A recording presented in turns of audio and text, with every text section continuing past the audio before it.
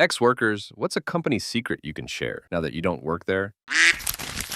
I used to work for a company that rhymes with Muzzbeat, and we used to have somebody post this question every few months for material for one of our clickbait articles. Story 2. They're out of business now. But in the early 90s, I worked at Radio Shack for a year and a half. When people would return an item because it didn't work, the manager of the store would just box it back up and sell it again as if it were new. When I asked him about it, he said, "Hopefully they will return it to a different store." I nearly got fired when I refused to sell a guy a walkie-talkie CB radio that I knew didn't work. The guy was on his way out for a hunting trip and was buying 3 of these for him and his friends. We had 2 and the third was the broken one. In front of the customer, I told the manager that one didn't work and I had tested it. The guy was happy, I told him. We arranged for him to get the last one he needed at a different store and off he went. The manager was livid with me and nearly fired me. "I'm sorry, I'm not sending people out into the forest with gear I know doesn't work." Hilariously, a few months later, the manager was caught stealing from the store and got fired. Edit. Well, I didn't expect this to blow up like this. It's pretty funny. My highest upvoted comment is about my crafty past job. Story 3. I used to work surveillance at a casino. From something like 3 stories high ceiling, we could zoom in on money on the table games and read the serial numbers of the bills. We could see the pips on the dice. Policy was to not look down blouses. Story 4. Government-funded refugee advocacy agencies at a time were approving a disproportionate amount of women with assault history for their services. Upon further investigation, I and my team discovered consultants from said agency were engaging in relationships with these girls. They were denying them opportunities of employment to keep them in financial destitution purposely. When the girls became desperate, the offer of private escort was made by the consultants. I whistle blew to the organization heads. They thanked me, and the consultants were gone the next day. Huge meeting with senior board, apologies. "This isn't the way we do things." Speeches, blah, blah, blah. And within 3 months, me and the other 6 other complainants and investigators had all resigned from the company for different reasons. On paper, it looks coincidental. In reality, we were all individually pushed out. 2 of the consultants that we uncovered were doing the worst, were not fired. They were given the option to resign and are currently working at other agencies with vulnerable young women. Story 5. Maple sap can be trucked in from other states, and where it's turned from sap to syrup decides on the state it comes from, not the location of the trees. Story 6.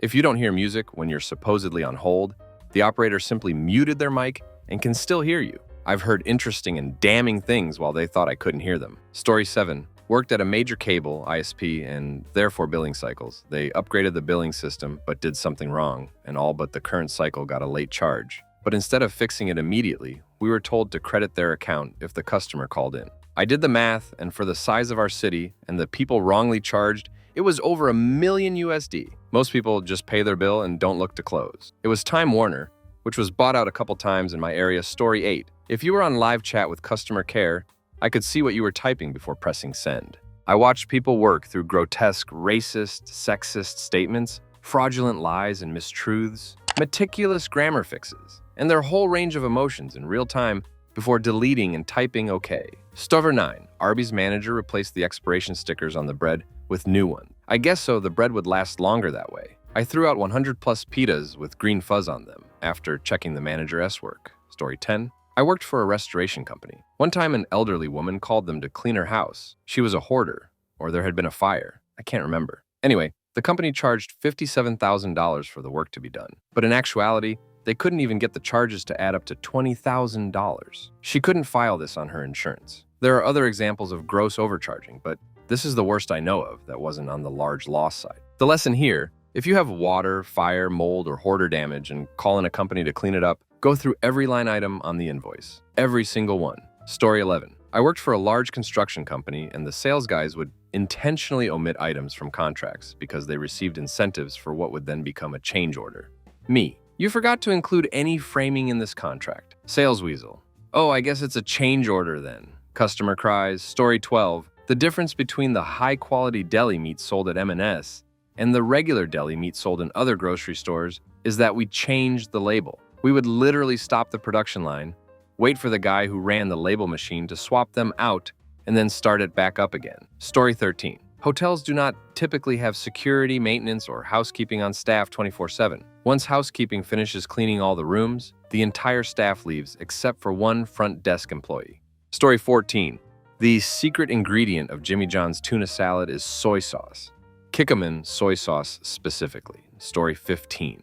The stain protector is only useful if you actually file a claim. It isn't a magic ducking potion. Most furniture companies sell some sort of stain protector as an add-on. People buy it, thinking it has some magic ability to prevent stains over the life of a piece of upholstery, then 5 years later, spill some Kool-Aid on that crap, and the stain doesn't come out. With most of these protectors, there's a warranty claim process that will get you a new sofa, or a new set if your sofa pattern isn't made anymore, but nobody ever files a claim. That's the gimmick. The company is counting on you not actually holding them to the deal that they made you, and virtually nobody does. Story 16. Worked at Best. Buy 20 years ago. Employee discount was 5% over cost, and I needed a new printer. Decided to splurge on the gold-plated USB printer cable that we sold for $40. Rang up $1.78. Story 17. The vehicle modification shop at Chillicothe Correctional Institution in Chillicothe, Ohio, dumps waste coolant from the machine shop into a storm drain that empties directly into the Scioto River because the chemical disposal tank is a 55-gallon drum in the paint shop,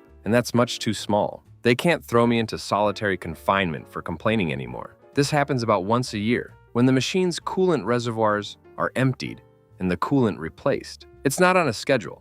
It's one of those things that you do when work is slow. Each machine holds 20 gallons, and usually you just add more as it evaporates, but eventually it gets nasty and needs replaced. It's supposed to go in a waste tote and to be disposed of safely, which is what every non-government machine shop does. Being able to prove this is being done would require knowing when they're going to do this. And that's a decision that's often made spur of the moment. Hey, work is slow, let's have a cleanup day. There aren't any phones in the machine shop either. Edit 2. A container to store the waste properly costs $200. Why waste taxpayer money when we can just poison the taxpayers instead? Story 18. One of our best restaurants in my town is locally famous, and everyone goes there. They say everything is homemade. The thing they are famous for is the hot beef sandwiches with homemade potatoes and gravy, and the fish fry. The fish fry they also have during the week listed as an entree, called the cod platter. It is instant Cisco brown gravy mix and instant Cisco mashed potatoes. The cod is only fresh and fried on Fridays. If you order it during the week, it is frozen breaded Cisco fish fillets, aka a blend of random fish shaped into a stick. Story 19 in the United States. One company's bread and butter was simply reboxing and relabeling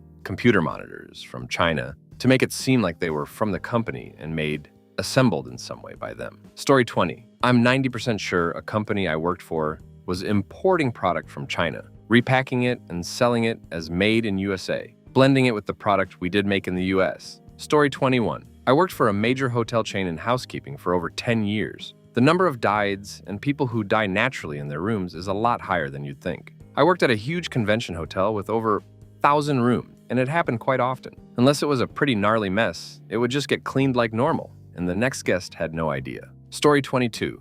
Ice manufacturing. My shift manager dropped a 7-gram bag of substances in a bag of ice. It went out for delivery. No one ever phoned in to complain, though. Story 23. All new clothing and everything you try on is dirty. I've worked in retail for years and it still shocks people, but there's no washing machine or disinfectant spray or wipes. Nothing. I've opened boxes of new clothes that had white bugs coming out of it. Seen women after a workout class come and try clothes on, then just leave, still sweaty from the class. One older lady left dime-sized skin flakes in the clothes she tried on. Not to mention whatever happens when they return the item or what happened in the factory. People are gross. Nothing is clean. Always wash your clothes when you get them home. Story 24. Everyone's favorite sauce that people wanted the recipe for was mostly mayonnaise. Sure, it was called creamy pineapple sauce, but it's just pineapple salsa and mayonnaise. Story 25. Your warranty service part that took 8 months actually arrived 3 weeks after they paid the invoice. They didn't even order it for 7 months. They told you it was manufacturing delays and supply chain issues, but in reality, they couldn't afford to pay their bills and had to pick and choose which orders to place. You weren't a priority. They were just really bad at budgeting and damage control. Story 26. Inbound call center. There is no such thing as a silent hold. You are on mute. We could still hear you, but this isn't done maliciously, so we can listen in. We had targets for hold time, and putting you on mute instead used 0 hold on that call and brought the average down. Sometimes we were asking a colleague for input. Sometimes we were avoiding an awkward silence, while the computer took forever to load. Personally, I did it a lot because I can fix your issue/account easier when you're not yapping in my ear with stupid question. And also, I might want to call the last person you spoke to some very bad words for messing it up or bullcrafting you in the first place. Story 27. I used to work for a rural ISP.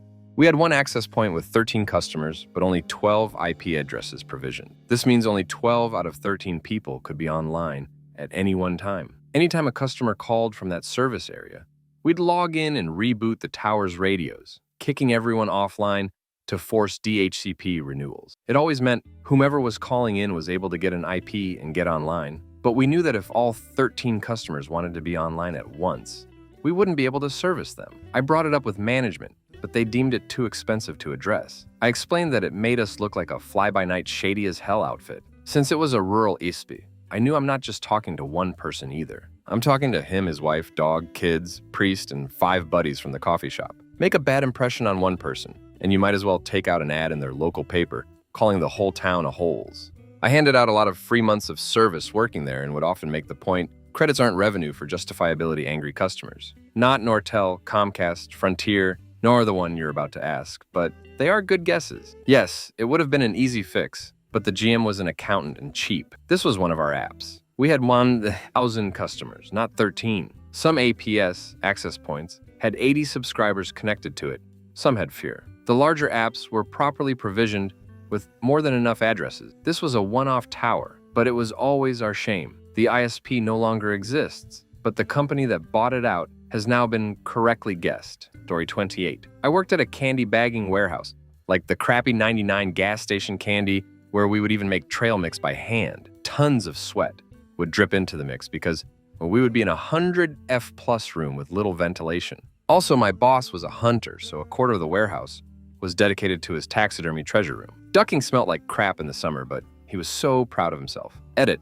Also should add that if the expiration dates were bad, we would use nail polish remover to take the date off. Story 29. I used to work as a receptionist at an upscale salon. While I was there, the salon introduced a new line of products marketed towards men. Up until that point, most of our products were marketed towards women, but the execs saw that we were getting more male customers. Every item in the men's product line was about half the cost of our other product. The men's shampoo was the exact same shampoo the salon had been selling for years, but because they put it in black packaging with the word man on it, it was half the price. The owner's explanation was, well, men don't want to pay that much for hair products. For the rest of the time I worked there, every time a woman came up to buy that shampoo, I'd tell her that the men's shampoo was the exact same product for half the price. Story 30. I worked at a Petco in Alaska. Apparently, brown black mice are not allowed up here. Only white mice. We got a shipment in of a bunch of black-brown mice and had to take them to the vet to be killed. Also, the animals are literally shipped in on a UPS truck and delivered in packages. I would open a package and it would be full of fish or mice or snakes. You never knew what was coming. It was weird. Luckily, my shift manager was a really good person. She tried her best to help any sick animal and was super diligent about keeping the cages really clean. She would stay after hours to care for the sick animal in the back and double down on cleaning. When upper management came, they didn't give a crap how clean anything was. They would yell at us to get more customers to sign up for pet rewards. If I didn't pester every single person checking out, they would get angry and give me point deduction. I have no idea what the deductions even did. One of the upper managers watched me for like 3 hours when I was at the register. He said I wasn't pushy enough on getting people to donate, sign up for crap. I will ask once, and if they say no, I am not asking again. That crap is annoying AF. He also got mad at me when I didn't clean the bird cage fast enough. It took time away from the register. I'm sorry, I don't want our birds to stand in their own crap for hours. So yeah, I'm gonna take my time to scrub that crap clean. Also, don't buy fish from Petco. Pretty much every shipment that came in, they were all infected with ick. Basically, half our tanks were in quarantine. We had several customers come back saying we killed their entire fish tank because of a fish we sold them. Duck Petco. Story 31. I don't think it's a bad secret at all. But back in college, I delivered pizzas for Papa John. The store manager must have had an undiagnosed case of OCD or germophobia or something. Because every night, he would assign someone to do the cleaning duties, mopping floors, double-checking expiration dates, throwing away expired stuff, etc. And every night, he would absolutely lose his temper and berate whoever was doing the cleaning. They were going too fast. They weren't cleaning everything, whatever. After that, he'd always take over the cleaning himself. He was amazingly picky about the cleanliness and food quality. Expiration date is 3 days from now? Duck that, I'll order more. Throw that crap away, we're not serving it. He would also go out of pocket to buy special cleaning products because that worthless bullcrap that corporate wants us to use doesn't get the job done. He also went out of pocket to hire some kind of specialist to clean out the fountain drink dispenser, ice machine, and all that stuff. The machine needs to always be as close to brand new as possible. One standout moment for me was when he reduced a cashier to tears by hollering, "Would you eat off this floor? No? Then it's not clean enough." He wasn't telling her to eat off the floor. He was just making a point. After we'd close the store, he'd kick all of us out, lock up behind us, and stay until something like 2 a.m. cleaning the place. You always knew when he closed because you could smell the chemical scent still lingering in the air. The end result of this was the store, the food, the equipment, and the facilities were always in squeaky clean condition. Customers, somehow, picked up on what a perfectionist the store manager was and bought from us all the time. Because there's a lot of peace of mind that goes in with knowing your food was cooked by someone willing to throw ingredients away before the expiration date, stay in the store until God knows when cleaning everything, etc. The true irony was how much the boss hated himself because he didn't think he was doing a good enough job to run a clean restaurant with fresh ingredients. It didn't matter how many compliments he got from customers or how many service industry veterans said they'd never worked in a place as obsessive about freshness and cleanliness as his Papa John's store. He was convinced his store was still a filthy barn. Eventually, he got promoted to some kind of higher-level corporate position, district manager, that required him to visit other stores and make sure they were all up to spec. The end result of that was a lot of stores in this area all improved seemingly overnight. Story 32. This isn't a company secret, but I worked part-time at a Domino's franchise in college. The owner was, at first glance, a short-tempered, critical penny pincher who did everything he could to save business money, right down to watching over your shoulder to make sure you didn't put too much cheese on a pizza. Cheese is called white gold in the pizza industry, even back in 2002. But after working for him for a while, you realized why he was so specific about the margin. Twice yearly, he would send out generous bonuses in the form of money orders made out to his employees from his own personal savings account to the college students working for him. The checks, money orders, contained the memo line, "Keep learning." The amount of the money orders would be directly correlated to the profit margins of the stores he owned. The dude did legit profit sharing.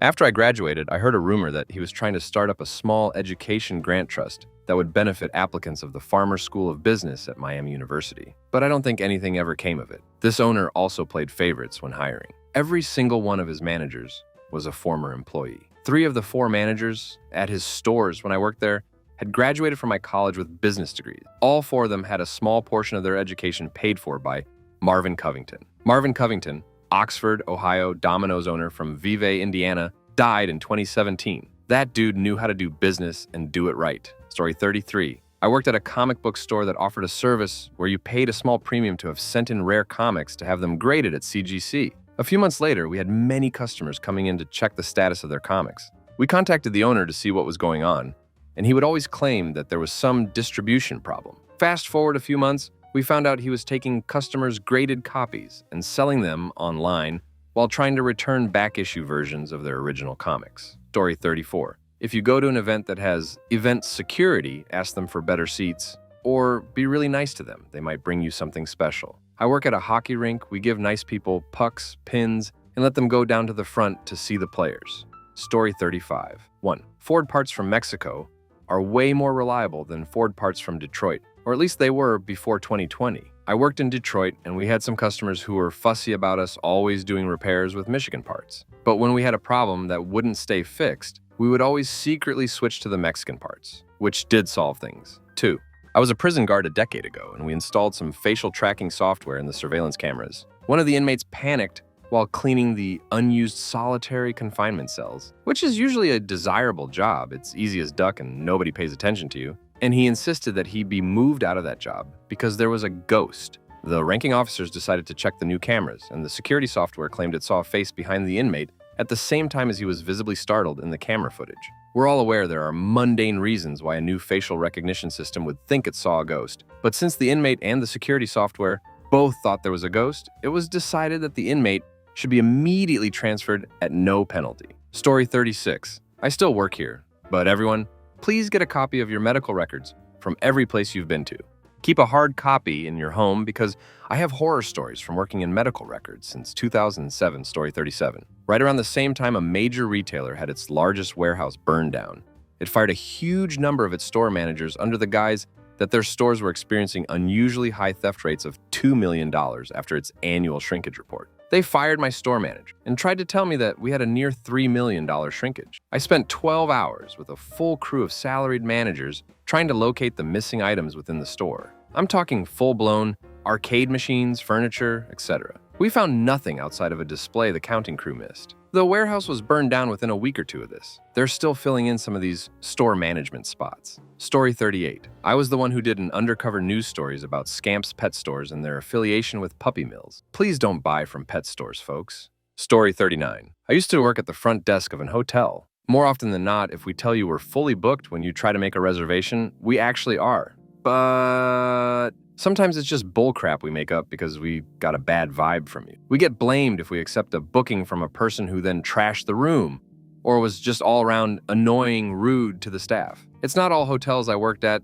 that do this, but some do. Story 40. Health insurance dude. When you file a claim, it is often denied because they're counting on you not escalating it. Once you do, your case goes to a medical management group, which ought to be called the We Don't Want to Pay group. Keep escalating and involve your doctor. Fight for the insurance you paid for. Story 41. Buses due for MOT, a certificate of roadworthiness in the UK, would have their faulty parts switched out from a working part from another bus, then swapped back afterwards. Common practice. Also, there's no way in hell I'd eat on public transport. They really aren't clean. Story 42. Nothing major, but Red Lobster's biscuits that were a thing for a minute were literally just Bisquick and shredded cheddar cheese thrown in the mix. My buddy that made them couldn't believe the hype from customers. I still think of that when I see Red Lobster branded biscuit mix on the shelves. Story 43. I worked in the seafood industry for many years. Two things immediately come to mind. First, don't ever buy the per-marinated cuts of fish that are sometimes for sale at the counter. Those are cuts that are about to turn bad or already have,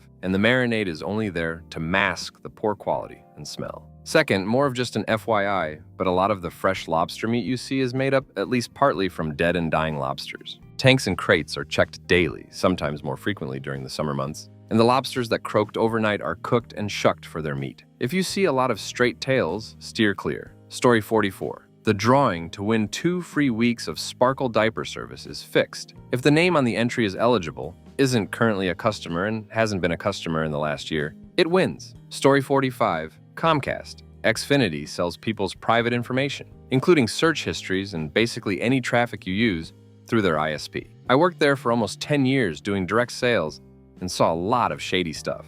Story 46. Worked at an ISP. We lied to customers daily about speeds and delivery times. We sold internet in stations we knew were full, and DS was just garbage. Don't had a single customer in 7 years who actually got the speed we promised. The burned out rates and support was 3 months before people quit. If you tried to actually help customers, you got chewed out and was a problem. Story 47. Worked in it in the HQ of a MLM. To the public, no, it's not a pyramid scheme. Never. Behind the curtain, everyone knows it's shady AF. People are counting the days. You work too long for a MLM, you're pretty much stuck with MLM jobs after you reach a certain level. All of the C-suite execs that weren't there at the start came from other MLM gigs and left to other MLM gigs. And they only have that C-suite gig because they have huge followers. Not one of the C-suite people had a clue what they should have been doing. Story 48. Mortgage industry here, we're like cops. Only answer the question asked. Do not provide additional information to be helpful. It could screw you over. Story 49.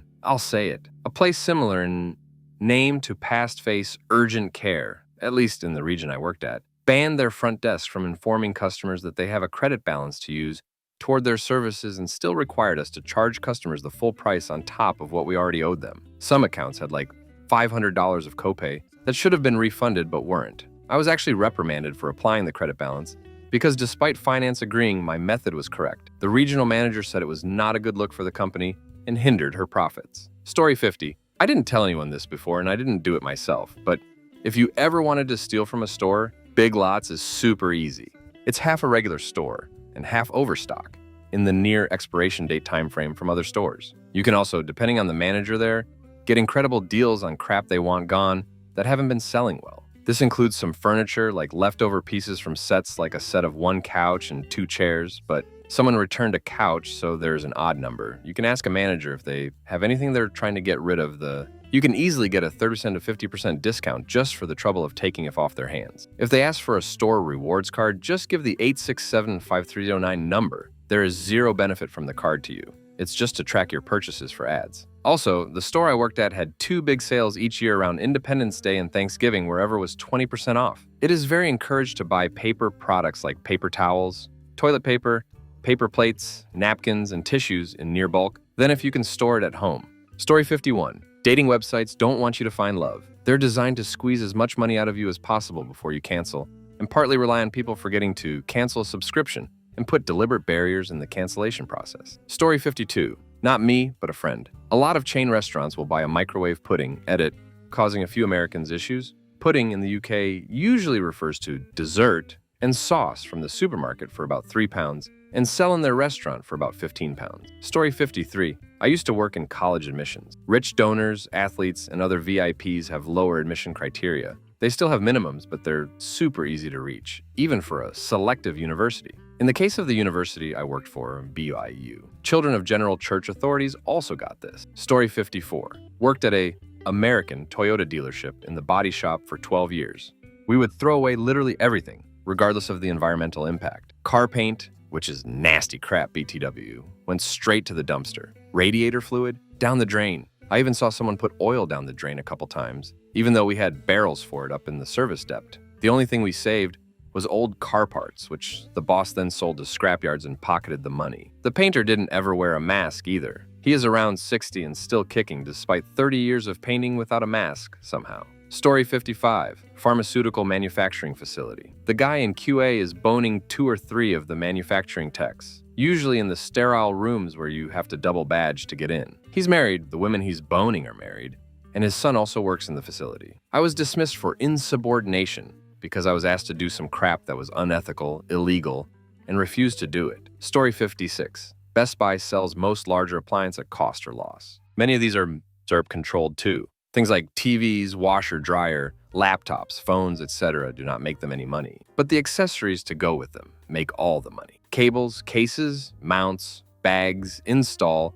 and warranty is where they make their money. We were trained to push the highest-end monster cables and crap. Management didn't care if I sold 1 million TVs. They cared how many cables and mounts I sold. If you sold a TV and didn't attach accessories, you'd get additional training. Story 57. I worked for one of the biggest river cruise companies in Europe, if not the biggest. Apparently, when you're paying for a cruise online, you can give a tip automatically to the staff. I didn't even know about it till the guest told me while I was working there. Never seen a cent of that money. Please tip in cash only directly to the person you want to tip. Otherwise, they will probably never get that money. Not to mention, the owner of the company is billionaire.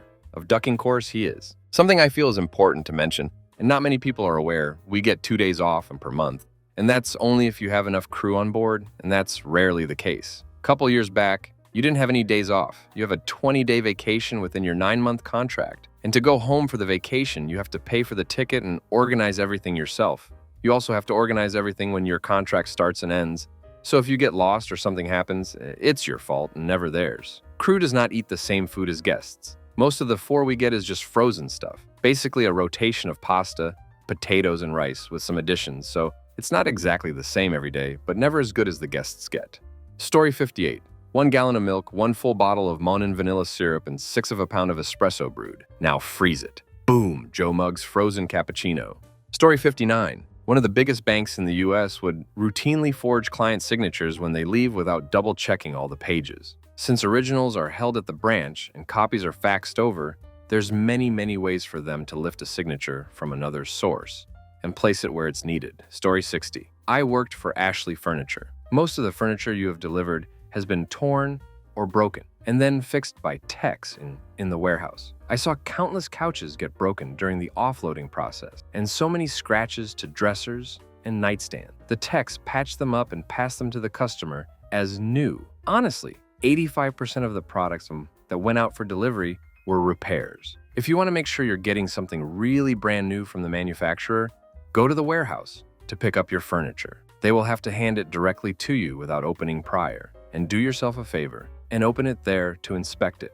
You can ask them to open it. It's not rude, it's actually part of their responsibilities. The delivery fee is over $200, so you'll be saving yourself money plus the time it would take for them to pick something up that you later found was damaged. Also, those really big bedposts that look like carved tree trunks are actually 4x4s with some kind of plaster molded around to look handcrafted. They are cheap. I dropped one once and it shattered into a million pieces. Story 61. At a local deli, grocery store I worked at, everyone raved about how good their mac and cheese is, and it always sold really quick when I worked in the deli. It's even labeled on the menu as store's famous mac and cheese. It's literally just stuffers. We didn't even add anything to it. Story 62. I worked at Olive Garden in the mid-90s while I was in college. Back then, they had the all-you-can-eat soup, salad, and breadsticks lunch special for like $4.20 plus tax. Working lunch shifts sucked. You would get probably 2 or 3 tables, and there was a 99 more chance that all of your tables were 2 ladies getting this lunch special with water during their lunch break. After about a year, several over our best servers were mysteriously fired. It turns out they were running a scam where they used the same receipt over and over again when these ladies paid for their meal with cash. Since we could get those 3 items ourselves from the back without ringing them into the system, these servers were just pocketing the cash for the entire meal. So instead of making like $8 in tips during a lunch shift like the rest of us dumb schmucks, they would make an extra $20 or so by stealing from the company. Story 63. They say they test the product per state regulations, but in actuality, they use fabricated ones to pass off the low-grade, potentially fungus-ridden substances. And since there are only 3 inspectors in the state, and this particular business owner has family in the political realm currently, she gets away with it. Story 64. Home Depot. Bummed security cameras are fake, easy to steal, and most stores have no security loss prevention. Buy the clearance items that end in 3 cents. After that, the next step of the markdown process is the dumpster. Dial 676 on any desk phone to live page on the overhead speakers. Fun to mess with that. Buy the products in front, and it's newer. The old product gets pushed behind continuously.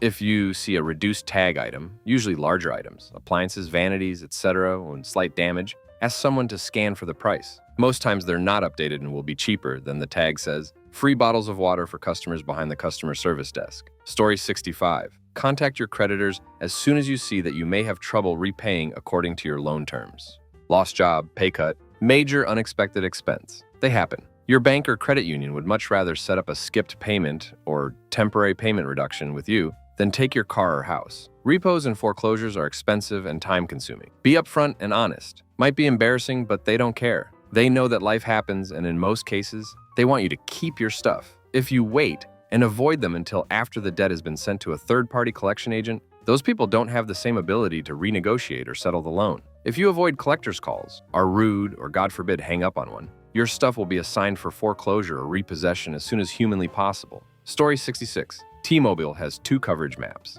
The one they show customers and the real one that is internal shows the actual coverage. Diminishes by about 50%. Their coverage is built on a bed of lies. Story 67. Apple will do anything they can to not receive negative press, even going so far as to throw their own stores under the bus. I used to work at an authorized reseller and repair depot, and once had a customer get incredibly angry over a policy Apple themselves created and enforced. The customer called Apple customer support to complain, and then came in the next day with a smug attitude and a crap-eating grin. They showed me the email they received from Apple that claimed, 1. We didn't know what we were talking about. 2. The policy we mentioned didn't exist. And 3. That they were now entitled to a free repair since we misled them. Then, when I didn't follow the policy on the next customer, since Apple themselves told the first customer the policy didn't exist, my store was fined because we didn't follow the policy. Story 68. This Mormon church likes to talk about how much charity they do, but it's always tied to some form of missionary work or proselytizing. Particularly in UT,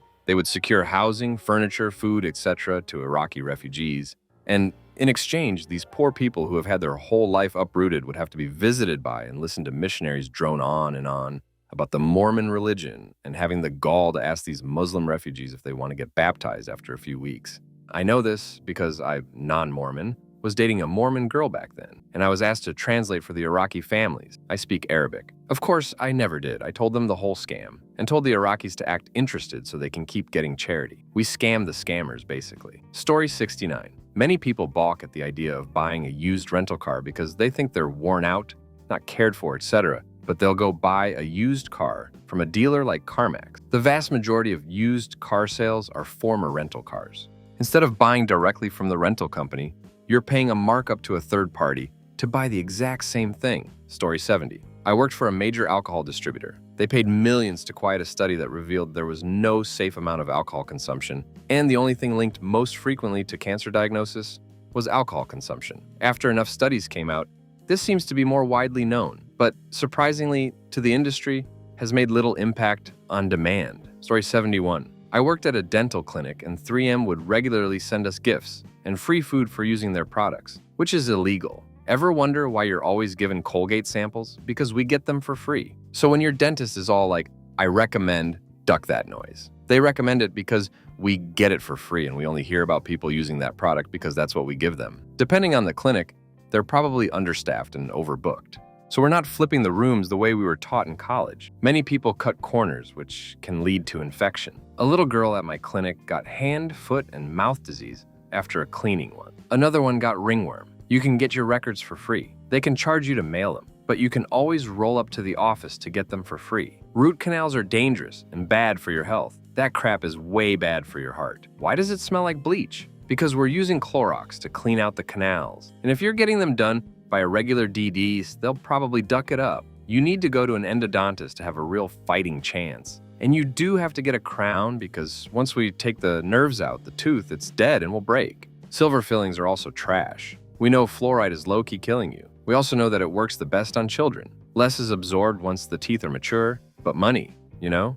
We will call the people on you if your kid has too many cavities and you're missing appointments. We're mandated reporters, and that is considered neglect. We are in the office talking about how ducked up your teeth are. We know you don't floss twice a day. We can tell that you smoke. We can also tell if you're vomiting a lot. Many dentists have lots of student loan debt and will charge the duck out of you to pay it off. Many assists don't have proper hygiene. They just look clean. The dental world is all about appearances. Yeah, that's all that comes to mind. With all that being said, please take care of your teeth. Brush and floss at least twice a day. Floss first, then brush, so the bristles can get deeper in between the teeth. And please brush your tongue. If you're going to drink coffee or soda, knock it back and then rinse your mouth with water. Or lick your teeth, it does the same thing. Get in the habit of licking your teeth after you eat and drink.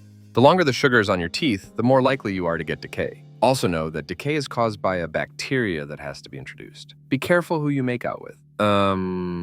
Change your toothbrush every 3 months or when the bristles start to bend outwards. But know that if the bristles are bending, you're probably brushing too hard. Stop that. Brush with your non-dominant hand if that's an issue. You can legit brush away your gums and that crap doesn't come back. Only use soft, bristle brushes. Not sure why they even sell medium and hard ones, but that will duck your crap up. Stop bleaching your teeth at home.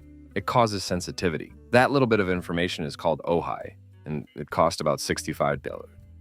You're welcome. But seriously, stop putting so much trust in your doctors. They're people too. Don't be afraid to get a second opinion. Try to find a good DDS you can trust. Get a cleaning done twice a year and take care of your ducking teeth, bruh. You don't want to get fillings. Every time we cut into a tooth, it gets weaker. I have ducking PTSD from being a LDA. I've seen some crap. I'm legit spiraling just typing it. If people knew better, they could do better. Why don't we learn about crap like this in school? No one cares if you don't have teeth, and most insurance companies don't cover dentures. Did you know your teeth help you taste your food in balance? You need them. It's real. Guard your grill. Story 72. I was a major supplier for Walmart. They have a policy that if you sell a product to them, you may not sell that product to anyone else for the same or a lower price. This is not a written policy because it is an illegal constraint of free trade. Nonetheless, this is their policy, and they will drop you as a supplier if you violate this unwritten and illegal policy. Story 73. I edited videos for a fart adult film website. In a lot of the videos, the girls weren't actually farting, we just put in sound effects. I resigned soon after I realized people were being sold fake farts. Story 74. Was a slot tech at a casino. The machines have to pay back a certain percent over a certain amount of time. Play the slot machines in the bar counters. They are set to return a higher percent in that same time, sometimes up to 10% higher than the lowest machines. Stay away from machines in high traffic areas and near the doors. Story 75. Had a friend who worked for a bridal dress company. She would tell me all her stories after work. They intentionally will bring back the wrong dress in attempts to get you to try it on, fall in love, and buy a more expensive wedding dress. They'll walk you through the more expensive sections, so you look through dresses out of your budget and want to try them on. They often forget to check if the dress you requested is in stock for the time frame you've requested, again, so that you'll have to pay more for faster shipping or a nicer dress. It's a very predatory business masked by compliments, thinly veiled body shaming, and incredibly underpaid and understaffed stores. Story 76. So I'm going to share a good thing. I used to take calls for the NADL, Died Hotline, the Trevor Line, and others. The org I worked for was the best damn place I've ever worked. Management was incredible, dedicated to training of counselors who needed help to improve their skills, to quality control, and a real dedication to our callers. We were paid well, $20 per hour, treated with respect, encouraged to take personal leave when necessary, and accumulated sick and vacation time as part-timers. Story 7. I'm only sharing it because it never happened. But NVIDIA was planning to launch a phone. I saw demos of it. They laughed about how bad Android looked and how locked down and low-powered the iPhone was. iPhone at the time didn't even have an app store, to give you an idea. This phone was interesting, but looking back now, I can see why it never got off the ground. Its whole deal was that it would basically be what we think of as a streaming stick. It would store entire 1080p 60 movies and let you play them on a projector, for instance. It would work for presentations. Basically, it was for business more than your everyday Swiss Army knife phone you have today. Story 78. I am a CST, Certified Surgical Technologist. I had a surgeon throw a scalpel at my arm on purpose. It stuck in my Mayo stand and my rolled-up blue towels. He gave me such a look of hatred when I moved my arm at the last second. Thank God I did. I stayed calm, finished my case, went straight to management. Worst mistake I could have made. I was written up as a patient safety hazard for trying to incite drama against a well-known surgeon. My manager refused to hear what I had to say and verbally chastised me while putting in her write-up that scalpel thrower is correct in his practice of not handing a scalpel back to the tech and instead placing it back on the Mayo. She then told him I went to her with concern. He and his favorite tech proceeded to make my life a living hell. I had to leave, but he got away with it, and all because he earned the hospital so much money. Story 79. Once when I worked at Wendy's, we ran out of chicken breading. The manager substituted flour, salt, and pepper. People mentioned how the new recipe was so much better. Corporate found out and fired him. Story 80. The McDonald's ice cream machine is not broken. The crew has just started cleaning the machine early because it's kind of a pain in the ass and can take a while, and they want to close on time and get home. Story 81. I worked at a call center in college that sold a 12 cassette tape program that would help you read photographically. We sold it for $200. The guy who came up with this idea wrote a book and sold it for $19.90. The call center owners paid him to make it a $200 cassette program. The shipping and handling was $99.99. It was all bullcrap. Story 82. Worked at a lab that tested medical marijuana for safety, pesticides, heavy metals, mycotoxins, etc. The biggest cannabis brands would fail often with literal poison in their products, and rather than fixing it, would take their business to another lab and pay to get a passing certificate to sale. Part of why I left the industry?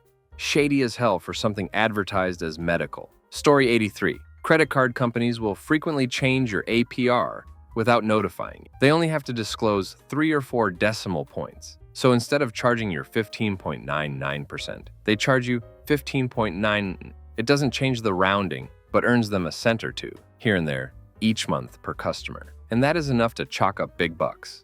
Imagine if office space worked in reverse. Story 84. When I was at a car dealership, we sold people Nitro Air for their tires. $29.90 and it lasts forever. It's better for driving and you won't lose air as fast. Bullcrap. We just took your money and scammed people. Story 85. The operations manager at Shreddit had sex with a salesperson in the unit next door and exposed his genitals to another sales associate. He also brought women into the conference room at night to have sex with them too. He was married with a baby boy, both of whom would occasionally pop by the office to visit him. Last I heard, he left for a competitor, violated the non-compete, and spilled some of Shreddit's financials and strategies, and consequently was being sued. Also, he said to someone else, "My teeth were crooked." Damn you, Fred. Story 86. Gas prices are completely dependent on competition. Every morning, I'd drive around town and write down the gas prices at other stations. If they dropped, we dropped. Gas stations will sell fuel at a loss in a gas war, because fuel isn't where they make their money. Cigarettes and soda, and beer if they sell it,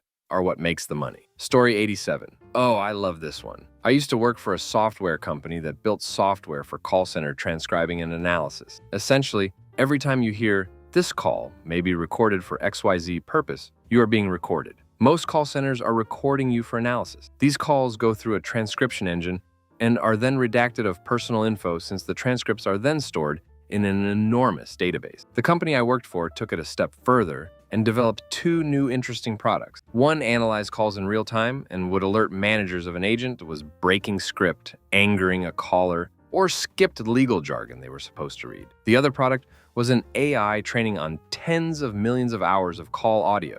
This AI would be used to develop better answering bots, better analysis results, and other things that AI could do much faster than humans. I left when the AI department was still in its infancy, but it was a crazy project to see start. It was the most advanced software system I've worked on to date. And if you've called a company in America, you've likely been recorded and analyzed by it. Story 88. Worked at a for-profit hospital. Depending on your insurance, you were more likely to be admitted and have more tests, labs ordered during your stay. Why? Because the docs knew which insurance companies paid more. They were encouraged to admit patients with higher paying insurance over the uninsured patients because of profits. Duck that. I left this hospital for another job shortly after I learned that. Story 89. 20 years at a dealership in the parts department. Most of the time, parts are marked up higher than MSRP.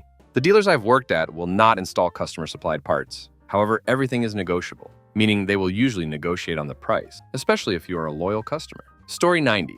Worked in a grocery store deli for a few years. The fresh chicken salad is literally made from weeks-old rôtissière chickens that didn't sell and kept in a big bin in the walk-in until there were enough collected to strip down and mash up into salad. Same with the antipasta salad, made with old dried-up ends of meat and cheese from the slicing case that sat in a bag for weeks until there was enough for a batch of salad. Also, if there was mold on a block of cheese, cut it off and keep slicing. Same for slimy meat. It might have just been this one store/MGR, but to this day, I avoid anything from the deli. Story 91. I was a researcher at Purdue University.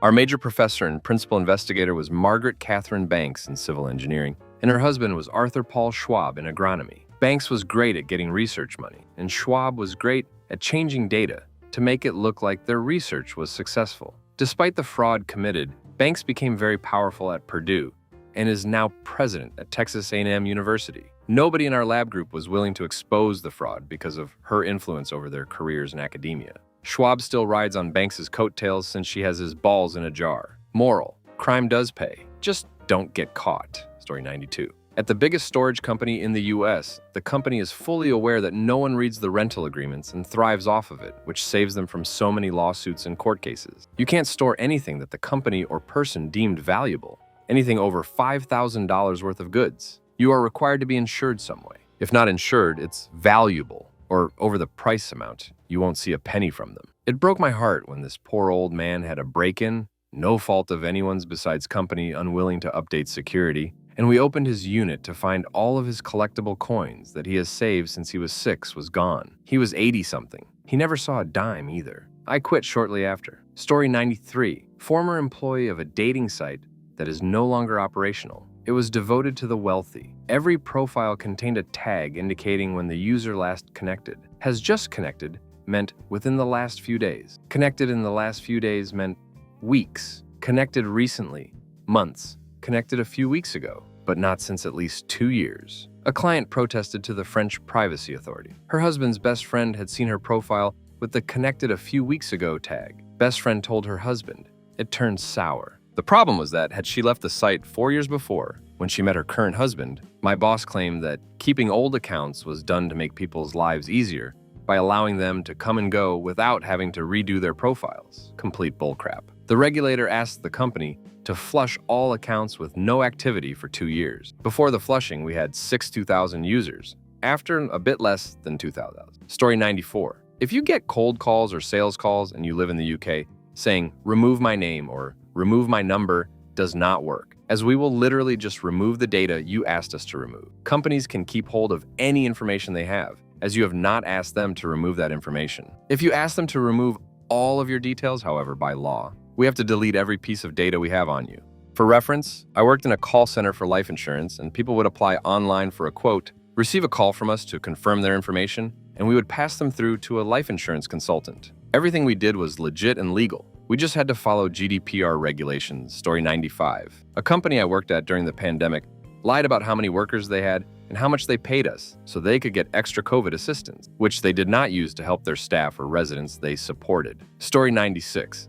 Never get your ears pierced at Claire's. Go to an apprenticed piercing professional. One thing I will share is that we were taught to pierce with cardboard in the shape of an ear. Plus, the prices there are exorbitant for piercings. Story 97. When the company overnight lost all liquidity and fire sold itself to a bigger fish, it wasn't because of an abrupt and unexpected market downturn. It was because the CEO got drunk and decided to try out his new trading algorithm using a few million of customer money, and it failed. Story 98. Deluxe check. keeps their website broken so that you have to speak to a representative that will then upsell, or at least try to upsell you something with every call. People that don't get their sales quotas are punished with a change to crap hours for work and breaks lunch. You get dinged for being late to start your break lunch, even if you are late to begin your break lunch because you were on a customer call, or there was a line at lunch. They will also discontinue popular fonts, etc., change the name of it, and then charge more when you go to reorder. They have a large hiring event every spring and summer, because every fall, right before Thanksgiving, they lay off a large amount of their call center staff. I was there for 7 months. During that time, I saw 3 employees taken from the building by EMS on stretchers.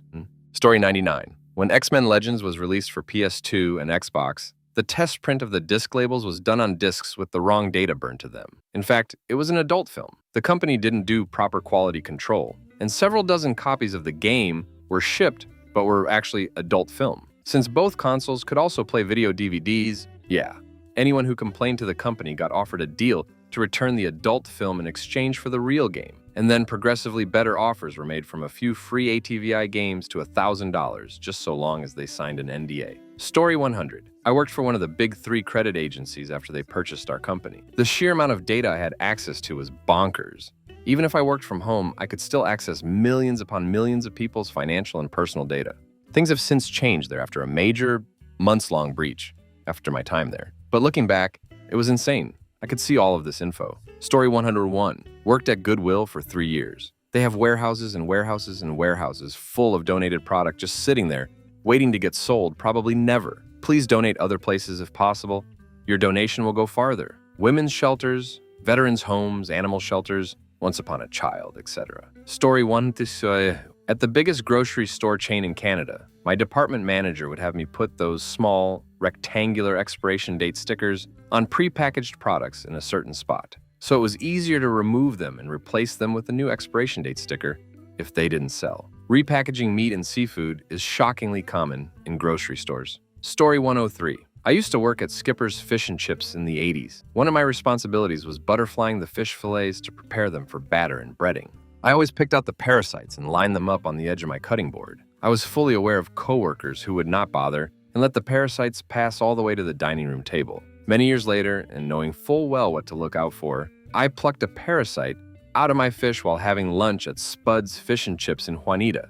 I took a photo with one of my first cell phones. Story 4. This will get buried, but whatever. Cedar Fair Parks, Worlds of Fun, Knott's Berry Farm, Sham, etc. regularly pressures its young Halloween actors into not reporting crap that happens on the job. For example, I slammed my hand onto an exposed screw at my haunt and got a Barbie Band-Aid for my trouble, and was told if I tried to make a fuss about it, I'd lose my job. Since I was 17 and adored the job, I stayed quiet. Pretty much all the workers at haunts do it out of passion, and the idea of being blacklisted was pretty damning. They also didn't adjust the strobe light area, even though we literally had at least one person a week pass out from a seizure in there. Not to mention talking the haunt actors into setting up their own haunted houses before the season started up. Oh, and the pedo creep, who happened to be a friend of the manager, was always let through the houses despite touching actresses multiple times. It got to the point where a senior actor would keep an eye out for him in the line outside, and if they spotted him, they'd pass word through the house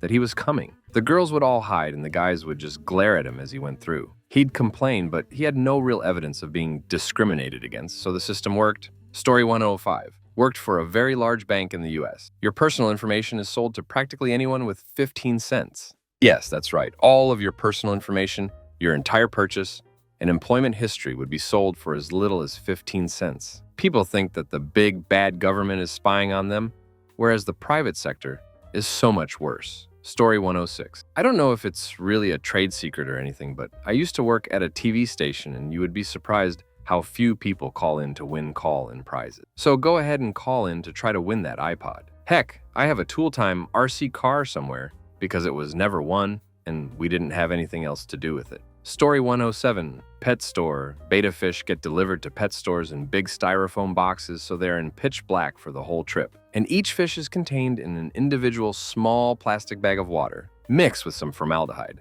in case they die on the way. Then they are kept in those crafty plastic cups until someone buys them and puts them in a crafty little bowl. We actually would take them out and put them in our fresh water tanks with the other tropical fish, and they would be super active. They would swim around and have a great time. They only fight other betta fish, so you don't need to keep them in solitary confinement. It most likely just depresses them and makes them die faster. But really, just don't buy betta fish. Story 108. Stanley Steamer. Guys will do a better job and will personally make more money if you schedule the bare minimum and add on other rooms you want cleaned when they get there. Usually, they will work out a deal with you too. Story 109. Clearance items at Dollar General are 1 cent each for 1 week a month on Tuesdays. We received lists from customers asking if we had certain items in clearance at my store almost every Tuesday by penny shoppers. I remember one couple went through our section for about 3 hours and left with a lot. If I remember right, they spent 45 cents total. Story 110. Worked at Bulk Barn in high school, mice would find their way into the nut butters and die, also run up and down the aisles. And yes, the employees snack on everything. What's a company secret you can share now because you don't work there anymore? In the early 2000s, the big animation studios in the USA all colluded to informally stop hiring anyone currently working in the other studios within the agreement. This had a huge impact on wage growth for animation artists who couldn't move within the industry. 10 years later, a class action lawsuit had them all sued and settling for well over $150 million to the workers who experienced this sort of wage theft. Yes, House of Mouse, Shrek, all the big names were doing it. Story 2. I worked for a sleep diagnostic company during both SARS and the swine flu outbreaks of the mid-2000s. Not a lab, but a company who made the hardware and software that was installed in sleep labs and hospitals all across North America. Hospital sleep labs were almost always in the respiratory care wing. We had a team of technicians whose job it was to travel to hospitals and install the equipment. During SARS, Toronto was locked down, and air travel in-out was almost completely banned. We had a tech who lived in downtown Toronto. Instead of recognizing the seriousness of the situation, the company had this guy drive to another city, usually Ottawa, and fly out of there to bypass the flying ban. Just before swine flu really hit the news, something swept through our office. People were really ducking sick. Our traveling technicians were all forced out onto planes and into respiratory care wings of hospitals across the continent. Anyone who complained was told to shut up and do their jobs. Swine flu made several rounds through the office, and these guys were always traveling while sick.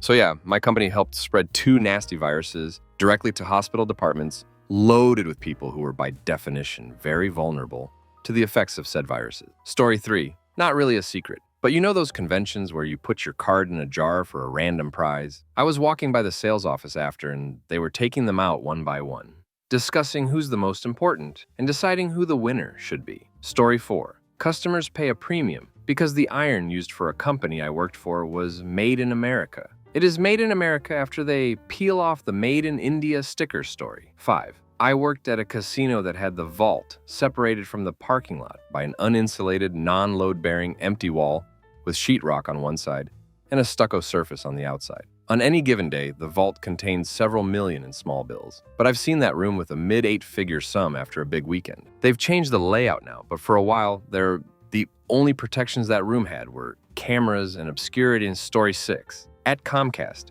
if you ever were unable to pay bills, we would set payment plan. You would need to do a minimum payment, but it'd keep your service on, and the minimum could be paid later. If you were nice, we could also waive up to $100. You need a rep with knowledge to waive the previous balance versus coming balance, or it could get applied to the next billing cycle. If you fell really far behind collections external, you could set up a payment plan and get your bills reduced by up to 70%. We also see every adult film you rent and how long you've watched it, what room, and how many times you turned it on, off. Story 7. I worked for a poker site. We had staff members who were experienced poker players playing cash games to win money from our players. Yes, they could also see what the other players had and what cards were coming on flop, turn, and river. I worked in security, so knew all about this, but was basically told I'd get sacked and get a heavy beating if it ever got out. Story 8. The plant has over 10 years without a lost time accident. That's because if someone gets hurt bad enough to miss work, they're suddenly e-training, either at a desk in the office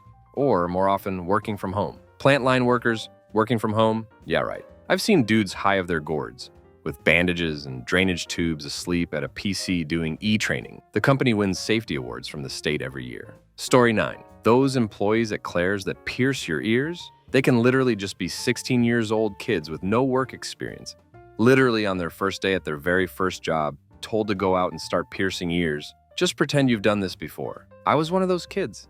Story 10. Every single one of you has eaten food that was well out of its proper temperature range for an extended period of time at some point in the supply chain. Story 11. If you dump grandma's ashes in a ride, at an amusement park, grandma is going to end up in a vacuum cleaner bag in the trash. If you dump her ashes outside, they will be swept up and trashed or hosed down into the sanitary sewer drain. Grandma is definitely not spending eternity in the haunted mansion. Story 12. When staying in a Vegas resort in the summer, your room's AC isn't broken. It's cheaper to comp the people who complain than it is to run the chillers to where the system will get the rooms below 75. Story 13. I worked at Boston Market back in the 90s when I was in high school. They're long gone now, and I'm sure things changed after I left when I went off to college. Not so much a secret as it's something people would probably find surprising. Everything there, except for the pies and cakes, was made fresh, either made in back of house or at the commissary kitchen at one of the nearby locations. All of the proteins came in raw and were cooked on site. Chickens came from the commissary,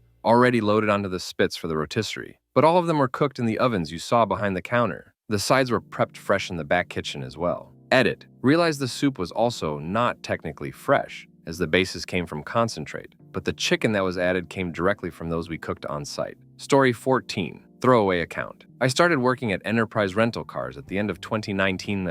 When the pandemic hit April of 2020, they laid a bunch of us off, then brought us back in July. Part of it was special training on how to effectively disinfect the cars between renters. They were advertising heavily that every car was sterilized between each customer. I cleaned exactly one car with the new procedure, before the desk complained that I was taking too long to clean the car. I wasn't hitting their 3 cars per hour metric. All of the service agents dropped the cleaning procedures and went back to just a quick vacuum. They stopped complaining because we were hitting their vaunted 3 cars per hour cleaned metric. Also, the official policy when the oil change warning came up on the dash was reset the mileage so the light would be off for the customer. Those poor cars never had the oil changed unless they were otherwise in the shop for repair. Story 15. The milkshakes you get at Steak and Shake are not made from ice cream. They get a special container called Shake Base that tastes terrible but basically thickens up the milk that they blend in. They have ice cream for Sundays. They just don't use it in the shakes because it's too expensive. If you watch the commercials, they promote hand-dipped milkshakes, but they never say what they are hand-dipping. Story 16. Never worked there, but a friend of mine did forever as a general manager and got let go, so he tells everyone he can. The secret to Mellow Mushroom's pizza crust is molasses. Story 17. I used to work at a rock radio station. If they were giving away a nice prize to the 10th caller and wanted that winner on the air, we would pick the first caller that was super excited, even if it was before or after the 10th caller. If it was a smaller prize, where we didn't want to put the winner on the air, we would pick the actual 10th caller. Story 18. The heavily environmental regulated industry capable of producing massive greenhouse gas emissions that gets inspected regularly for EPA compliance. We always knew at least 24 hours in advance when an inspection was coming and covered things up to be compliant. As soon as the inspectors left, the plant was wide open and absolutely dumping gases. Story 19. Private equity groups own a large chunk of vet clinics, but when they buy out your local vet clinic, they keep the same name so you don't think it's corporate. They then jack up prices based on the average area income while bullying distribution for lower prices, thus increasing their margins, sometimes up to 400%. If you don't mind driving, try to find more rural clinics in lower income areas for better vet prices. If they do livestock, it's less likely they are corporate, although this is starting to change. Story 20. Worked at a water park for my first job. I dropped a hamburger bun on the disgusting floor during a rush, and my lead, without even turning around, told me, "Put that bun on the burger and give it to the customer." I don't even know how she knew I dropped the bun. The food director gave me a Vicodin on the job because I jammed my finger. Employees ducked like crazy in the food stands. Story 21. Pawn shop. 1. Always clean the item before bringing it in and be ready to show it works. 2. Be kind to the broker you're working with. This can go a long way in how they negotiate with you. 3. Have the broker quote a price before you do. They will always ask what you're looking for first to see if it's less than what they'd max offer. Negotiate after the broker quotes a price. 4. They have no interest in your situation or financial struggles. Literally 80% of the people in there have the same issues, so stick to general talk. 5. Our shop would typically pay 25% of 30% of new price found online or at retailers. Yes, internet is available for them to reference. They also have set prices to pay for common items, video game systems, TVs, accessories, etc. If you're not comfortable only receiving around 25% of new for your item, even in good condition, don't bother coming in to sell and go to FB Marketplace instead. 6. Inventory is the pawn shop's biggest failure point.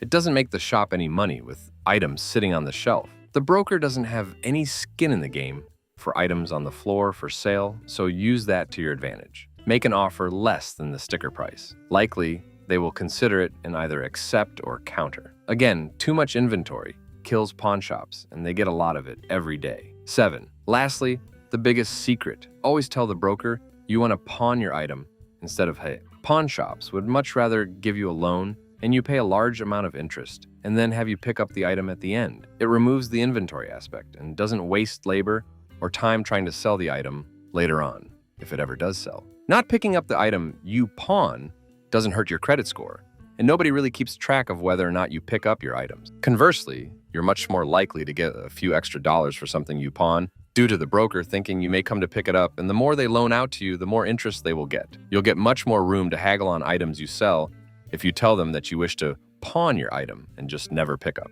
Your welcome story 22. If you have Kohl's cash and it's going to expire before you use it, buy something random with it, then return it. You'll get the Kohl's cash refunded and it'll last for 30 days. They used to accept expired vouchers 7 days after, but that's going away this summer. Story 23. Investors thought that the software was very clever and the business model was excellent and automated. There were a team of 10 people employed to do all of that work manually on a computer. Story 24. I used to work for a medical software company. One of the divisions, not mine, was using live patient data as their test data. They did nothing to anonymize it. They also did not have any of their test systems encrypted. Their office was broken into and most of the computers stolen, along with all the unencrypted patient data. The company didn't want to deal with the HIPAA violation fines, so they lied about what was stolen on the police report and lied about the data they were using. Story 25. The cleaning products that a large corporation sells to restaurants and other food industries are mostly commodity chemicals, e.g. diluted nitric or sulfuric acid, etc., with color added for marketing. Some products are actually worse than just hot water, but you can't sell that. So, story 26. Noxzema skin cream gets its crunchy feel by refrigerating the jars just after they're labeled. The essential oils in the cream set up a crystalline structure when refrigerated. Story 27. Snap-on sandblasting cabinets are the same as the ones at Harbor Freight. Same factory, same assembly line, just one gets a sticker and a longer warranty. Story 28. The state-of-the-art app that everyone was clamoring over was made by a single intern that they underpaid and got rid of once it was done. Story 29. Safety first only applies when it hurts their profit margin. I worked at an industrial site where they repeated this constantly. There was a large tool cabinet that was on unsteady ground that everyone was complaining about, as it would teeter every time someone opened or closed it. Company wouldn't do anything about it. One day it fell on someone and killed them. Suddenly the company was all, "This was a preventable accident and we should all do better." Naturally shifting the blame everywhere but themselves. The death was never reported on in the news and we were encouraged not to talk about it out of respect for the family. Not going to say what company it was because I don't want to get sued. Let's just say they're pretty gassy and you find them a lot on the beach. Story 30. Phase Technologies. They produce 3-phase machines and motor starters. If you work in the plumbing, oil, heavy equipment like lathes, air conditioning, etc., or most certainly in the farming industries, you may have heard them. They primarily focus their sales in the farming industries to work on pivots and pumps. But did you know, anytime they release a new product, they have most certainly not tested it enough in real-world conditions. Basically, knowing that the product that can cost thousands or hundreds of thousands of dollars will malfunction, break, or catastrophically fail in less than a week from delivery. Furthermore, you want to buy a warranty at a premium price of $600 or more? Guess what? You won't get any repair parts sent out to you. Plus, we don't have any service members that can come out to you to fix your 100,000 piece of equipment you just broke. Nope, you have to pay to send it to us. That is, on your dime. And if we deem the issue to have been caused by you through whatever arbitrary nonsense we just make up, guess what? Your warranty is invalid, and you now have to pay to get it shipped back to you. Oh wait, there is more. Did you buy one of the motor drivers for your garage door or something? Well, you see, they advertise that the 3 amp or 5 amp model can drive your door, but really, you'll need a 30 amp driver, even though your machine is rated for far less. So don't trust what they have on their site, whether it be warranty, details, or even price. Seriously, this was the scummiest company I've ever had the pleasure to work for, and I'm glad I no longer work for them. Story 31. I worked as a private security for people who make millions per year. Among them were church pastors, preachers, and other so-called religious men. And these religious men like the substances and the youngest girls. Despite having so much to lose, they are stingy when it comes time to pay. There are movie stars, music makers, and other super rich people who live in regular houses, drive crafty cars, and live in your communities as the person next door. The creepy house on your block that has the weirdo stranger watching you from behind drawn blinds and only goes out at night. It is because, whoever lived there does not want to be recognized. 90% of my guard duty for these people was to dress like a bum and deal with services providers like phone men, internet and cable, landscapers, make sure the house was stocked with food and drink, and to accept packages. One of our clients had an 800 square foot hidey hole that looked like a rundown trailer house on the outside, where she would watch movies, eat pizza, and talk with the assigned guard all night long. We had another trio of musicians who had a 3-bedroom townhouse, and they would crash there to write songs, and the guard was the one ordering the food and running fetch errands. Story 32. Monitored home burglar alarm systems don't prevent burglaries. A beware of dog sign on the fence and a large dog water bowl on the porch make a much better deterrent. I worked many levels in the industry for 10 plus years. Story 33. Probably a well-known secret, but in retail, they raise the prices a week before Black Friday so they can put it back on sale for 90% off and not lose a lot of money. Story 34. When I worked at an electronics boutique, we never tested anything that was traded in. We would have a visual check of the conditions of discs, give consoles a good clean, then just resell everything and let the customers test it for us. If it came back faulty, they just got an immediate refund or exchange, and that was the point they were tested at. I think the time saved was more worthwhile to the company than the odd bit of lost money on a trade. We traded so much there would have been one member of staff full-time testing stuff, far cheaper to just bin the odd mistake. Story 35. Company paid employees, family members, and gift cards for an exchange for a 5-star review on Amazon. Was told this was standard. Reviews, take them with a grain of salt. Story 36. About to be laid off, so. The secret ingredient to my work's mac and cheese? Yellow food coloring. The kids won't touch it if it isn't orange. We use egg shade food dye, and it makes it that craft orange, and they love it. Tried it without, same recipe and ingredients, and they complained. Wanted the old recipe back. Story 37. The majority of the chips we made that were put in hair dryers to blow when they accidentally fall in your tub, preventing electrical shock, never passed through testing. The bean counters decided it was more expensive to recall the chips than to actually have to pay out for an accidental death. Story 38. You know that exceptional, world-renowned hospital with the lowest mortality rate across all surgical procedures? They manipulate their operating room mortality percentage by wheeling any crashing patients into the ICU, which coincidentally starts in the hallway outside the OR. This has become commonplace in surgical departments. Deaths in or are extremely detrimental to surgeons, departments, and hospitals, and the stats are manipulated. As a patient is dying, by wheeling them into an adjoining room that's not surgery. Story 39. I used to work for Sears Credit back in the late 90s and early 2000s, and there was a secret way to magically reset a customer's credit history and positively boost their credit score. I took customer calls for all of their credit products. A lot of calls were pretty straightforward. Address changes, promo apron not applied, etc. We used a system called Juiciest. It's still around and is still used today in a lot of other businesses. And at the time,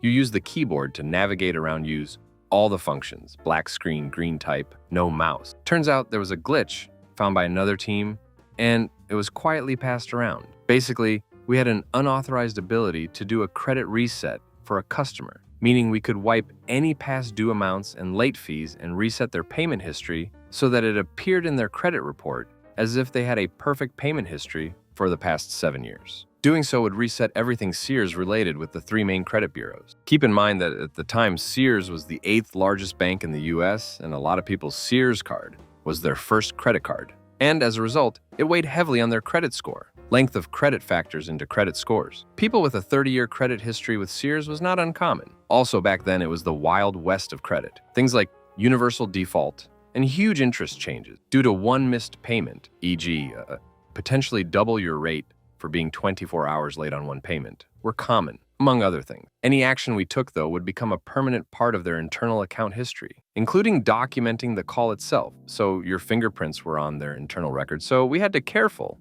The hack was if you were in one particular screen for something random, I can't remember what, but it was along the lines of the screen for sending them a statement. You would simultaneously press 5 or 6 keys together, like F12 plus K plus Shift plus L plus ESC, and then presto, a credit reset was performed. We all knew you could get fired if caught if a supervisor was looking over your shoulder, so it wasn't used often. Every once in a while, I would get a customer that had fallen behind or gotten screwed through no fault of their own or under seemingly tragic, sad circumstances. I could go back and see all their payment history to verify they were honest customers. And if their story didn't set off my BS meter, and they were nice, I would sometimes perform this maneuver discreetly for them. I figured since I pray to the God of second chances, it's only right that I grant some else's prayer. And I wasn't the only one, too.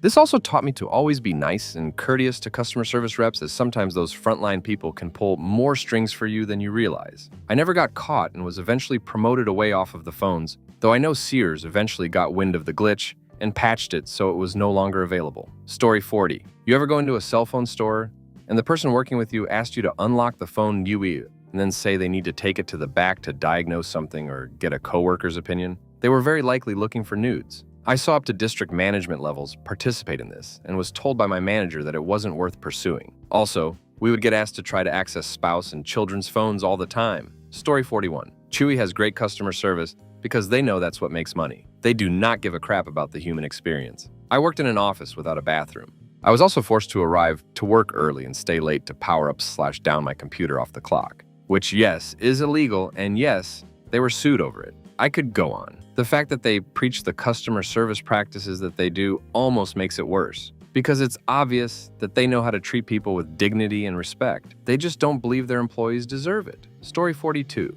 Those custom closet companies have a ton of flexibility in price. The one I worked for could go down 40%, although you could call a manager and ask for more. Story 43. This will get lost, but I worked for a gaming wholesaler during the Magic the Gathering days. They were making a mint already, but the owner went even further. He took a chunk of the boxes they received, and these were already pre-ordered by the stores he sold to, claimed they'd been shorted, and then resold them at retail under a different name to the stores. Say you ordered 100 boxes of cards. You'd get told, oops, we got less than we hoped. Here's 80 boxes. If there was an actual shortage, he'd still pull it, so you'd get 60. You're paying wholesale, say $40 per box. You complain to your rep, who then says, well, I know a store that has them for sale. Only that store is a chick in the next office with a different phone line, pretending to be a different company. There, you get charged a massive markup. So retail the box would be 100. With a wholesale distributor, you were supposed to pay 40. Dude shorted your order, then sold you the boxes he withheld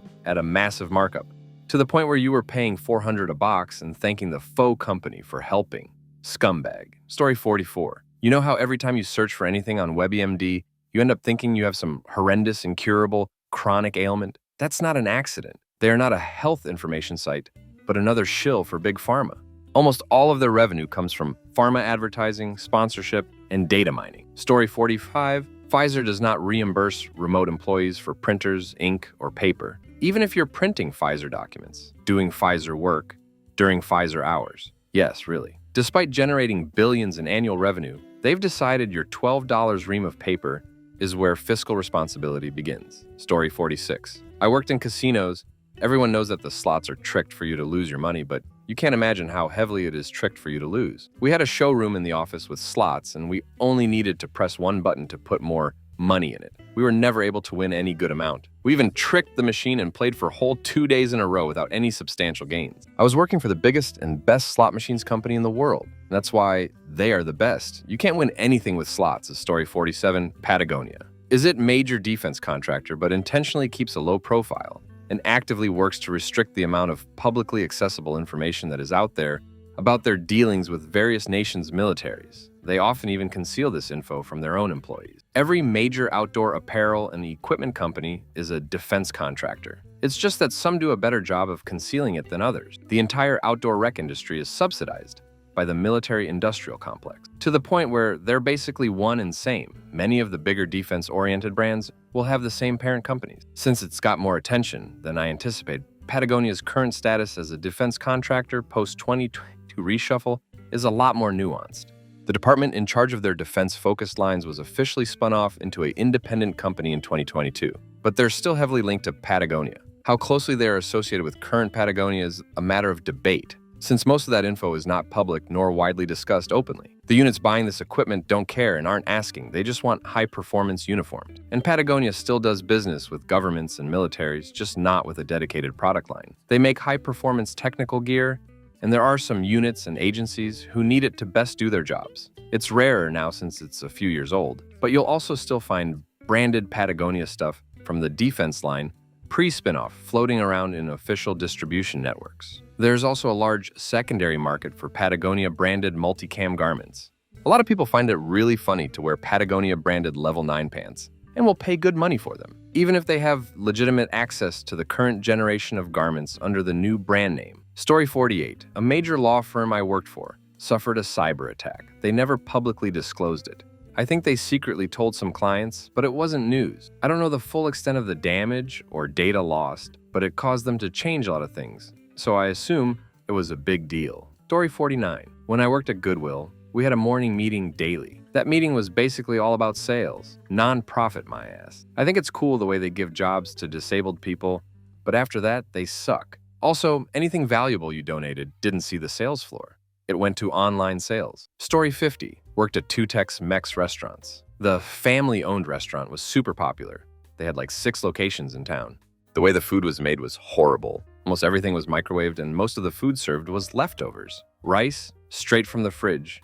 Beans, same. Ground beef for tacos, same. The only way you could guarantee fresh food is if it was anything that had to be grilled, like fajitas or quesadillas. The fillings were beef or chicken fajitas, maybe the fries from the kids' menu, but that's about it. It was just sad to see the cook make some fresh rice, but instead of serving it, he would stick into the cooler. Have to use the old stuff first. Order of chicken enchiladas. Use the shredded chicken that's been sitting on the fridge for the last few days. Add tomato sauce and spices, roll it into the enchiladas, cover it with more tomato soup. Add cheese, then toss it into the microwave. Time to melt the cheese and heat up the chicken. Customer didn't finish their chips. Back into the warmer. Same for the hot sauce. They cut corners everywhere and only wash the kitchen floors once a week. They're all closed now, but were very popular for a while. On the other hand, I worked at another Tex-Mex restaurant, part of a chain, not Taco Bell. Everything was made fresh every day. The head chef arrived at 7 to have everything ready by 11, and even that time wasn't enough. As we would always rush towards the opening times, at night, they would throw away everything that wasn't used. The only thing we kept was ground beef, but we didn't use the leftovers for tacos. We used it for filling in enchiladas. Both are now out of business. But the one who tried servings, fresh food, it went out of business way before the other one did. Story 51. I worked for a particularly infamous hemp-based wellness company. Think CBD, Delta-8, HHC, and all the rest of that not weed crap that would tout its grow processes and all natural products. We had doctors in lab coats and links to scientific studies. Not to mention there were tons of consumer reviews. We were nothing more than a marketing company, and the business was basically a website. In fact, that's probably how most of that industry is run. The owners would source some crap, then brainstorm product name. If we had 5 products for sale, it was really 1 in 5 different boxes, and the verified lab tests weren't worth the paper the PDFs were printed on. Better still, because it was so easy, the bosses would create new businesses all the time. You hate company A and decide to switch to company B, guess what? Same owners, same product, different package. And all these companies are the same. During pandemic, for example, they had no problem saying crap like CBD cures COVID. A study on rats showed HHC might affect opioid use disorder. Our product stops addiction. It's used car salesmen pretending to be doctors. I've seen them take the do not call list and illegally mail them promos, and so much worse. What's scary now is that these a-holes have begun selling the Kratom Synthetic 7.0. Now they're getting people hooked on real crap and treating it like some spices you buy at the bakery. Just pace yourself, they say. Stay far away from that industry. Story 52. Maybe I was only one that did it, but back when I worked at Blockbuster, if you were a banana when asking me if we had the most popular movie of the weekend in stock, I would walk over, check the Dropbox, and tell you nope, while staring at 3 copies laying there, ready to be checked back in. Treat people in customer service with respect, and it'll take you a lot farther. Story 53. The goal of every Best Buy employee, as with most retail now, is to get you to sign up for a credit card or paid membership. If you already have them, then you're essentially a waste of their time. Every product they show you is because it has a promotion that goes with one of the 2 signups they need. Interest-free financing and member deals being the main hooks. There are more things to push depending on the department too. For example, if a laptop is being sold, the employee is expected to get them to sign up for Microsoft 365 on top of a credit card and paid membership. If you already know what you want, the best way to shop there is to order it online for in-store pickup. There is basically no opportunity to sell you on anything else since the sales transaction is already over. Story 54. Worked for Whirlpool Refrigerator Factory. You're paying hundreds of dollars more for deluxe models that have essentially the same compressors, hardware, wiring, etc. One I remember the most was a Kenmore Elite versus a cheaper KitchenAid model. Literally the only difference was the glass shelves had lines and the other didn't. About a $600 difference in price, story 55. We don't collect or store your voice recording captured from our smart devices for longer than necessary to process your request. Yes, they do. How do you think they are training those LLMs? Story 56. I used to work for a medical school. We graduated students who never should have graduated because having a higher percentage of students graduating is an important statistic for attracting more applicants and making more money. The school would make these students agree to never become medical doctors and only do research work. This isn't super easy to enforce, and there are likely doctors practicing medicine that agreed not to and should have never been allowed to become doctors. Story 57. All of the food banks in the United States have been purchasing poor quality canned and other types of processed shelf-stable foods from China and Canada to make their money stretch further.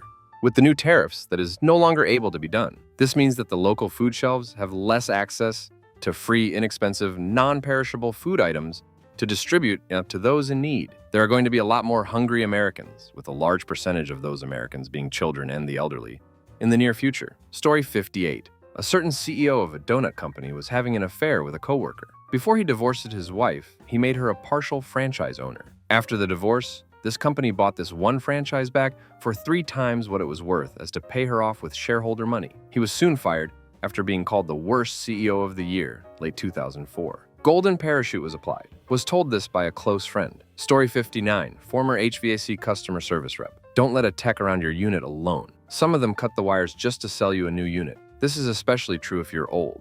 Story 60. I worked at Toys R Us and I managed the doll section. I can only speak for the store I worked at. Non-white dolls had very little sales. By far, blonde-haired, blue-eyed dolls sold the best. I imagine for doll companies, it's hard to balance creating the products the customers want versus creating the product they actually buy. Story 61. Company that calls itself an employee benefits consulting firm, but is really just set up to grift public tax dollars and school systems through the marketing of unnecessary or barely needed services out of state employees, who often already have those benefits without a need for an additional one. Atlanta, Georgia HQ'd, but owner sold, October 22, the firm to a national enterprise that is far more legit in their services and operations, based out of Chicago, Ill. I can name. Story 62. When a dealership knocks off a few bucks of the sticker price, they tack $1,000s of dollars on the back end. I don't know how they do it, but when I sold cars, the manager would get so offended when people would offer $500 less than the sticker price. I'd always hear him mumble, "Let's see how that cocksucker likes paying an extra $3,000 on the back end." That dude was the reason my car selling career was so short. Story 63. I'm way too late, but here we go, if anyone sees it. McDonald's. Not so true anymore. But for a long time, bacon was not on the lunch and dinner menu, but you could absolutely add it on request. We usually had leftover bacon from breakfast. Also, yeah, the meat is 100% beef, but crap-degrade quality. MoneyGram. Frankly, great company. The fees you paid to transfer cash were defined by the place in Safeway and went 100% to them. MoneyGram made money from the interest of the rotating $1 trillion of cash waiting to be received by another person. Bonus fact, on average, every customer rep stopped 1 fraud scam per day. That's tens of thousands of scams worth millions a day. Finance industry, even post-SOX Act, the safe harbor rules are more flexible than what's written. As in, you can bullcrap to withdraw money without paying a fee because they can rarely validate it. Bonus fact 1. Most people under 40 have 0 savings for retirement. Bonus fact 2. Most people forget to update contact information and beneficiary info, so when they die, the money just stays in a hold until someone claims it. Medical laboratories and medical industry as a whole is held together by Scotch tape, not even duct tape. Cybersecurity is often ignored, and the software is usually made by people who don't know crap about software. Story 64. Worked in the office of a cleaning company. Tiny company, so I've had a hand in most things. Pretty questionable lax immigration status validations. And wage theft. Probably felt more comfortable doing it since both sides knew a lot of the workers weren't there legally. And the ones that were legal either didn't know what the time clock system was doing was illegal or didn't have money for lawyers anyway. Owner of the company fired 2 HR payroll VPs who tried to get compliant on this stuff. They started hinting that they'd like me to start helping out with some HR and payroll stuff, and that's when I polished up the resume. I would have been an idiot to sign my name to those forms. This was a long time ago, probably 10 plus years. No clue if any of this got fixed. Story 65. Used to work for Rolex. We did have very low stock, only like 50 watches a month. If someone wanted something, you had to present the case to the manager with a massive story why they deserved the item. But mostly, they went to the boss's friends or people willing to give you gifts under the table. All of the super rare watches were sold to friends of the business who would often buy the owner elaborate gifts. You'd be encouraged to get people to buy ladies' watches or undesirable pieces to show they were serious enough to buy a sub or whatever. Story 66. Being a janitor was like double weird. Walking in places the general public can't. Baseball locker rooms. Also hearing things in bathrooms, behind the scenes, rumors happen even in general management. Story 67. Every major software product is released with known bugs, often hundreds of known bugs. It is impossible to ever fix them all, because fixes tend to introduce new bugs. Story 68. The big boss knew that the 26-year-old manager, who was married with 2 kids, was hooking up with 17-year-old employees. But because AOC in the state is 17, there wasn't much he could do about it. It is why certain rather pretty girls worked the favorable after-school weekday shifts when business is slow, and the less conventionally attractive girls and all the boys worked primarily in the mega rush hours. Story 69. Worked as a programmer for a major insurance company during COVID. They monitor everything you do on your PC. Some of it makes sense, such as preventing downloads or browsing NSFW content. What doesn't make sense is just how much they are logging. Every keystroke is monitored, every mouse movement, every click. Your screen is being monitored at all times. You are auto-set to away in Teams after 30 seconds of inactivity, and that is logged. Your laptop auto-locks after 5 minutes, and that is logged. You need to keep your laptop on 24 hours a day, or else it is logged. USB mouse plugged in?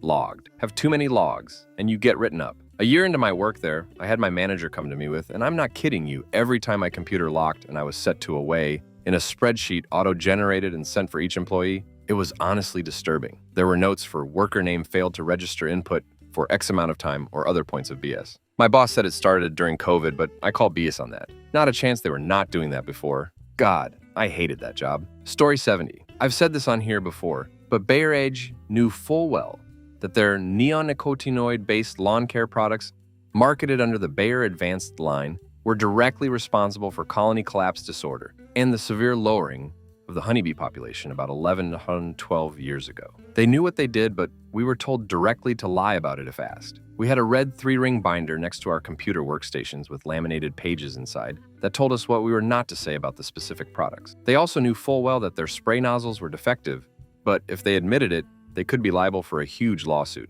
So we were told to apologize and just send replacement spray nozzles. I remember one guy we sent over 30 of them over the less than a year I worked there. He was a nice guy though.